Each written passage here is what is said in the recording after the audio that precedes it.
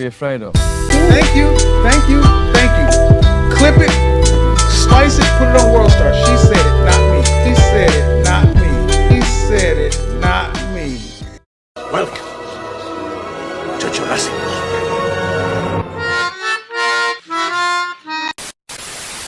Hi, my name is Maya Milusheva. I'd like to start with a short introduction about myself. I'm a woman in IT, obviously. I'm a CEO of a quite profitable IT company. I'm a mother as well, so you would say I went through quite a lot in the IT industry. So I have the experience and authority to talk about this topic.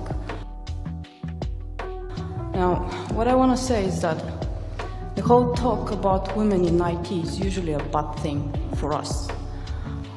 Because basically what it says is, well, it's okay to have lower income, it's okay to do worse than boys in the IT industry. You're a victim! It's a bold strategy, Cotton. Let's see if it pays off for them. Because, well, there's a world conspiracy against you, you know, people hate you, that's why. So that's why I'm against the whole talk. Also, I did some recruiting. Come to Penn State! Because I have a company. And also I went to a school that had like 8 girls and 100 boys. Penn State! Penn State! Penn State! So, you know, I'm quite used to being around a lot of boys. The whole thing is, girls are usually quite lazy. They're just not that good programmers. Sorry, but that's true, honestly. They just don't want to get their hands dirty to do the job. It's a fucking problem! And when I tried to do some recruiting, Come to Penn State! I intentionally wanted to recruit women. And at the end, I failed to do so. Failed? Do you want to know why? Because most of those girls were usually just cheating, and they were just not good programmers. At the end, I had to recruit boys. And that's why I think the whole talk about let's recruit more women is bad, because at the end, you're recruiting worse programmers. Come to Penn State! At the end, your company is going to suffer. You're gonna lose some money. I know it's trendy to talk about women in IT, but I think women should just start studying more and getting the job done. And I honestly don't see girls staying up until late at their office and working that often. No, it's usually boys staying there. Why? I don't know. So that's what I want to say. I think the whole lecture should be removed, and I think it's just bullshit. Guess what? Guess what, bitches? I'm the manager. I'm the manager. I'm the manager.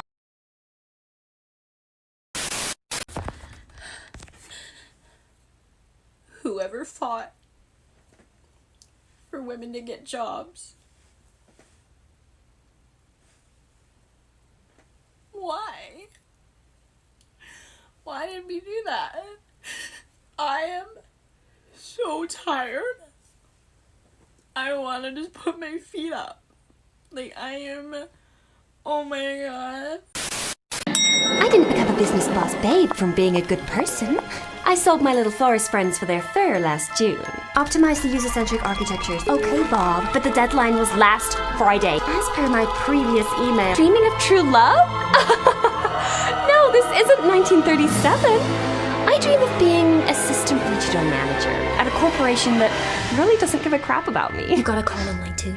Interrupt me again, and I'll feed you an apple. Someday my prince will come. I hope he does. But only on the neck up. Children are a hate crime. Sarah! Ice frappuccino. The following is a man, yes. But he's reading from an article written by a woman. So, it still counts as a she said it. Well, we were just reading Samantha Brick's memoir of an all-female utopia, an all-female work environment, and recall that she had hired a manager with an allergy to management. I'm the manager. Why? Despite being in charge, the manager was scared to be criticized by the other girls in the all-female environment. She was unable to keep to her defined role. Now, I find that this is true because a lack of hierarchy in social relations is lauded as a strength among females. But in the workplace, if everybody's a celebrity, if everybody's a Los Galacticos, then you cannot get anything done. It's back! And we should all remember that too many nobles spoil the insurrection. Let's pick up with a juicy narrative. Soon arguments became a daily occurrence. It would start with snide comments between two people, and then others would join in. Emotion and anger would grow into an eruption. Shouting, screaming, swearing would leave somebody in tears. No!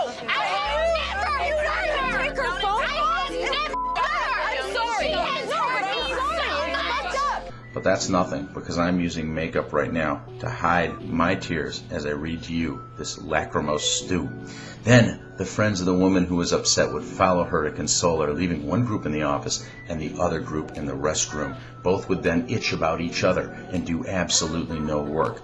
It reached the point wherein I had to write a staff handbook on how to be nice to one another. The advice centered on being respectful and how to take phone messages, but I think you guys will agree that that's just too much to ask for. I also said there should be no more criticizing or whispering in the office. It's a fucking problem! But although people said that they loved the idea, it made no difference. Many of the women were aggressive or defensive or both.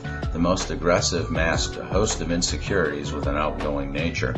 The worst type that I encountered was passive aggressive. She doesn't seem mean, but she's the worst of the pack, ruthlessly bringing you down in such a sweet and unassuming manner that you don't realize what she's done until long thereafter. She conceals her venom in flowery phrases. One of my staff told the other, "I don't mean to be an itch, but I can't bear to be in the same room and breathe the same air as you right now." It's a fucking problem! The worst of all, though, was hormones. When one woman was having IVF, she unleashed her rage without warning and without apology. At that time of the month, which was all the time during the month in a staff of all females, any bad mood was swiftly transferred among each other via osmosis. Hormones came second as an excuse for absences, bad temper, and love life problems. When one woman split up with her boyfriend, I was told in no uncertain terms in an email that I had to be super sensitive and understanding to her that week. I'm here to tell you right now, we don't care. Let me tell you something. We don't care. Jerry. A true drama queen, she cried all week, which gave her enemies no end of satisfaction. Another girl juggling two relationships at once frequently primed everybody about what to say whenever one of her suitors called. Another woman had a voracious sexual appetite and in a female-only environment saw nothing wrong with screeching out the details to every one of her marathon sex sessions. I can still remember the names of my staff's exes and partners because it interfered with our work so much.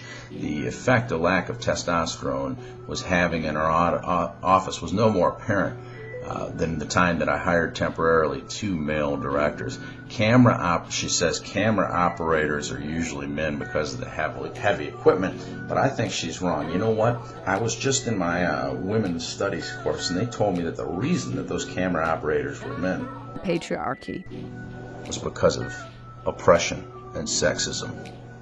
Word. The team suddenly became quieter, more hard-working and less itchy, because they were too busy flirting with the men. Two girls openly went after one director, even though he had a live-in girlfriend, but his partner didn't stand a chance against her relentless flirting and was dumped once one of them won his affections. When we had meetings with men's staff would turn ferocious, each out to prove that they were the sexiest in the room. When a male commissioner came over from Channel 4, one employee said, "Watch this," and then stuck her hand down her bra and tweaked her own nipples. The man and I were speechless. You were really thirsty. Whereas one of us would have asked her out. In this climate, I didn't dare employ any men because of the catfights they created. I hate how much it sounds like stereotyping, but I'm afraid it's true. I stand by my initial reason for excluding male employees, but I wouldn't probably, if I were to do it again, I would hire men. In fact, I would only hire men. As you can already intuit, the affaire de femme ended badly. The author closed with, making close to $500,000 in our first year should have guaranteed profits, but it was wiped out by high salaries and accounting errors.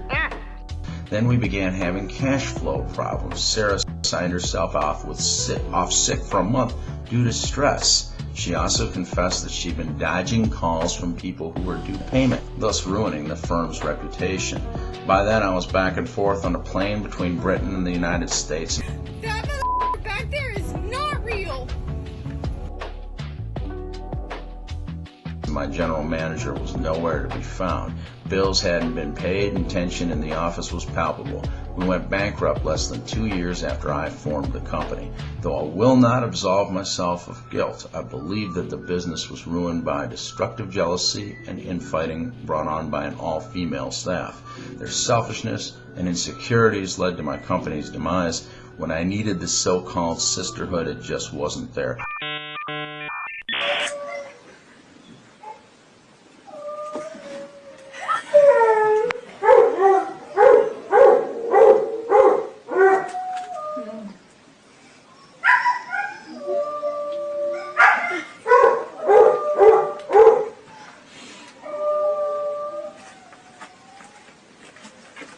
What the fuck? Weird.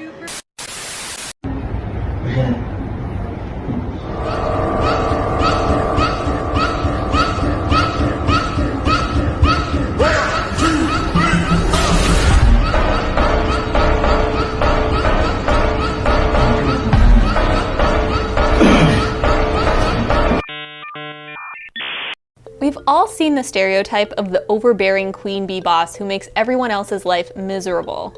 It may seem like a tired trope, but some women do feel that female bosses bully them more than their male ones do.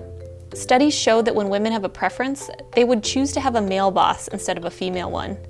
One paper even found that the longer a woman was in the workforce, the less likely she was to want a woman as her boss. What? Well, in the business of cutthroat competition in the corporate world, if one is to go by a recent survey, employees prefer to have a male boss. And here's the unkindest truth of them all. Even women prefer a male boss. Why? I feel male bosses are not as smart as female bosses. Therefore, it's easy to manipulate them. It's easy to get your way around with your work. For Satrupa Ghosh, who works in an ad agency, the criteria for choosing a job is good money, good work, and above all, a male boss. Yeah, baby, yeah! Not because she gels with them, but because she finds it easier to boss them around. Bitch, shut up!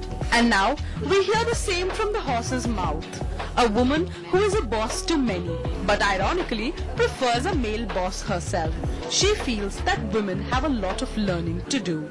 The easygoing nature of a male is more appealing rather than a very kind of a systematic disciplinarian and a kind of a ruthlessness that possibly a female boss could have had. Perhaps it's still a man's world as far as bossing around is concerned. I accidentally girl bossed too hard, and now I have a real job with real responsibilities, and like people keep emailing me and asking me questions, and I don't know the answer, and I'm just really stressed out, and I don't want to girl boss anymore.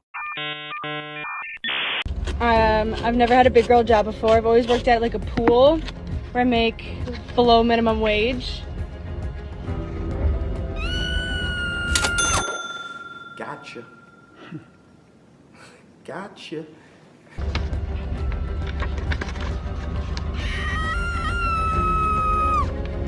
Taxes? That took like $200 out of it. $250 out of it. You know, now I know why they threw all that tea in the goddamn river.